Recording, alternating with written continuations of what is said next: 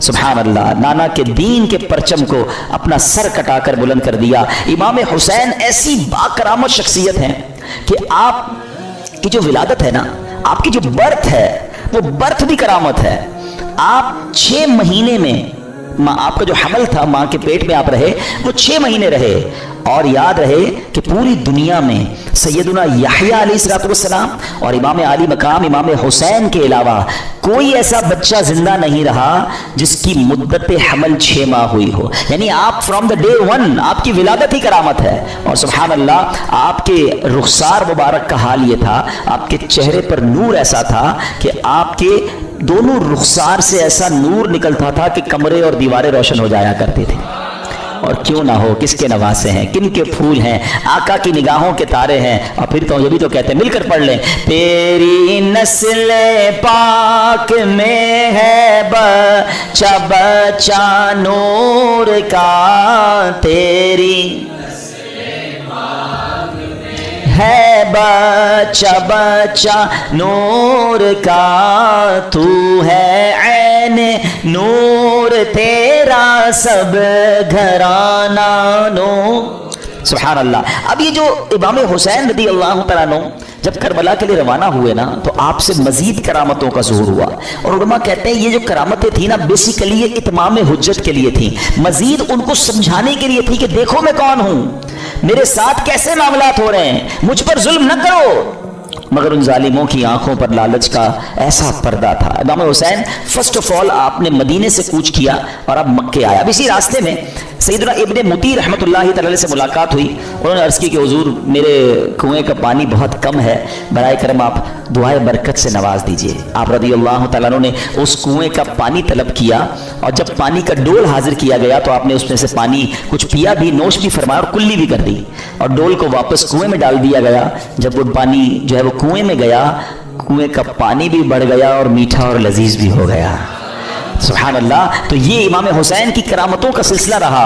उसके बाद जब आप बिल्कुल एग्जैक्टली 10 मुहर्रमुल हराम का दिन आ गया, याद रहे कि वो दिन जुमा का दिन था, 10 मुहर्रमुल हराम जब ये वाक़या हुआ, करबला के मैदान में आप खुतबा इरशाद फरमा रहे हैं, उनको समझा रहे हैं कि देखो मैं कौन हूं, ये जुल्म मत करो। तुम क्या जवाब दोगे जिसका कलमा पढ़ते हो उस नबी अलैहिस्सलातु वस्सलाम को? उस वक्त आपके जो खेमे थे, जहां खानदान के अफराद थे, वहां खंदक में एक आग भी जल रही थी।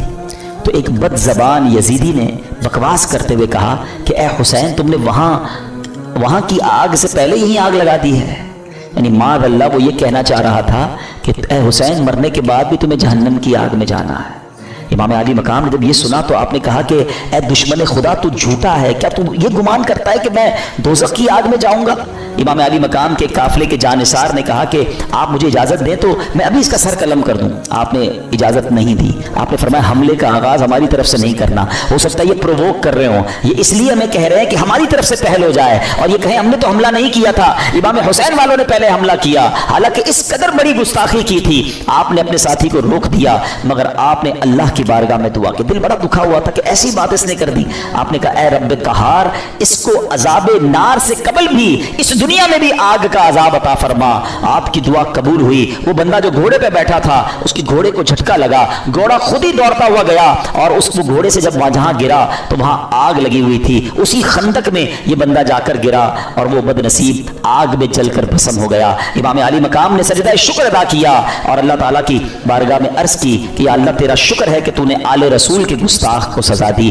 अब यहां भी उनके सामने ये वाकया हो रहा है, सारे लोग दुश्मन सामने खड़े हैं और ये आपकी दुआ कबूल हो रही है, आपके गुस्ताख को सजा मिल रही है, मगर वो समझने के लिए तैयार नहीं है, वो अंडरस्टैंड करने के लिए तैयार नहीं है। आप यकीन करें, जो करबला के मैदान में इमाम हुसैन ने खुतबा दिया है ना, उन यजीदियों के सामने लास्ट खुतबा, हालांकि अपने सारे शहीद हो चुके थे, मगर फिर भी, हालांकि उस वक्त तो आम आदमी तो ये सोचे कि अब इन्होंने सब मेरे बंदे मार दिए, मैंने इनको नहीं छोड़ना।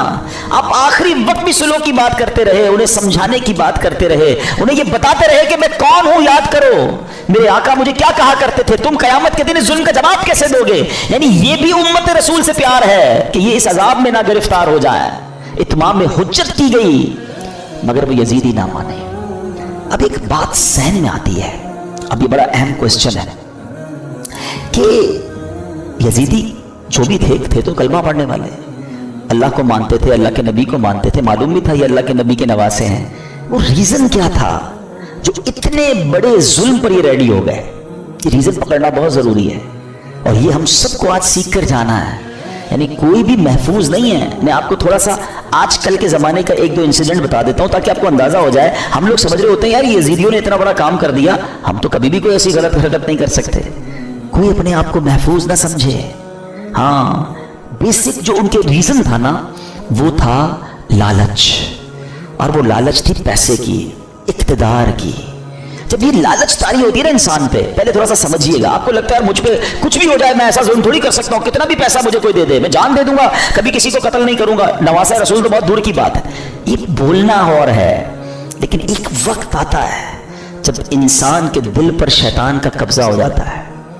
آپ پڑھتے ہیں خبریں, 5 سال کے بچے اور 4 سال کی بچی کے ساتھ جو واقعات ہو رہے ہیں, کیا کوئی خوشی سے کرتا ہے یہ کام؟ ذرا سوچئے, جب وہ یہ کام کر جاتا ہوگا اس کے بعد خود اس کو کتنی ندامت ہوتی ہوگی, یہ میں نے کیا کر دیا. پھر اسی وجہ سے بچنے کے لیے اس بچی کو قتل بھی کر دیا جاتا ہے. یعنی یہ واقعات ہم سنتے ہیں تو ہماری عقل حیران ہو جاتی ہے کہ یہ انسان تھا یا درندہ تھا. میں آپ سے یزیدیوں کی تو بات نہیں کر رہا, آپ کے وطن میں رہنے والوں کی بات کر رہا ہوں. اس کا مطلب کیا ہوا؟ ایٹ دیٹ ٹائم جب وہ یہ عمل کر رہا تھا اس کا دل شیطان کی مٹھی میں تھا, اس کو ہوس نے اندھا کر دیا تھا. تو یہ واقعات مجھے اور آپ کو یہ سوچنے پر مجبور کرتے ہیں کہ کوئی اپنے آپ کو محفوظ نہ سمجھے. یہ ایک لمٹ ہوتی ہے انسان کی. ایک حدیث پاک ہے نا, بڑی مشہور حدیث پاک ہے, جس کا مضمون ہے کہ جب بندہ ایک گناہ کرتا ہے نا, میرے ینگسٹر ذرا غور سے سنیں, ایک گناہ کرتا ہے اس کے دل پر ایک بلیک ڈاٹ لگ جاتا ہے. گناہ کرتا رہتا ہے پھر دل پورا سیاہ ہو جاتا ہے. اب اس پر ہدایت کی کوئی بات اثر نہیں کرتی. یہ جو روز شراب پیتے ہیں, جناب پارٹی کرتے ہیں, حرام کام کرتے ہیں اور گندی چیزیں دیکھ رہے ہوتے ہیں, دوستوں میں بیٹھے گناہ کر رہے ہوتے ہیں, نمازیں قضا کر رہے ہوتے ہیں, اپنے آپ کے بارے میں یہ ضرور سوچ رہے ہوتے ہیں کہ میں اتنا بھیانک کام نہیں کروں گا, مگر ایک وقت آتا ہے کہ دل سیاہ ہو جاتا ہے. اب وہ دل ہے شیطان کے ہاتھ میں, وہ ایسے کام کروا سکتا ہے کہ آپ تصور بھی نہیں کر سکتے. یار بندہ ماں کو قتل کر دیتا ہے, ہم نے نہیں سنے واقعات, کیسے پاسبل ہے تو اپنی ماں کو مار دے. لیکن ایک لمٹ ہوتی ہے, اس کے بعد انسان جب اوور لمٹ ہوتا ہے تو شیطان جو چاہے اس سے کروا لیتا ہے.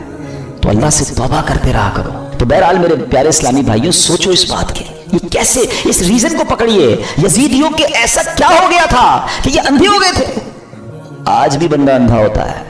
ہاں, ظلم کرنے والے نہیں دیکھے آپ نے, بندوں کو ڈرل کرتے ہیں, ہاتھ پیر کاٹتے ہیں, قتل کر دیتے ہیں, پیسے چاہیے قتل کرنے کے لیے, وہ کیسے تیار ہو جاتے ہیں؟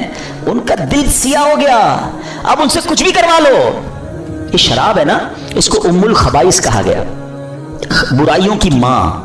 یہ وہ چیز ہے کہ اس کا جو عادی ہو جائے, اب شراب کے علاوہ بھی عجیب عجیب نشے آ گئے, نشے میں گرفتار جو ہوا نا, اب اس کو ماں بہن کی بھی تمیز نہیں ہے, اس کو کسی کی بھی تمیز نہیں ہے. وہ کر جائے گا تو کوئی سوچ ہی نہیں سکتا, اور اس کے بعد وہ خود بھی شرمندہ ہوگا کہ یہ میں نے کیا کیا, نشے میں تھا.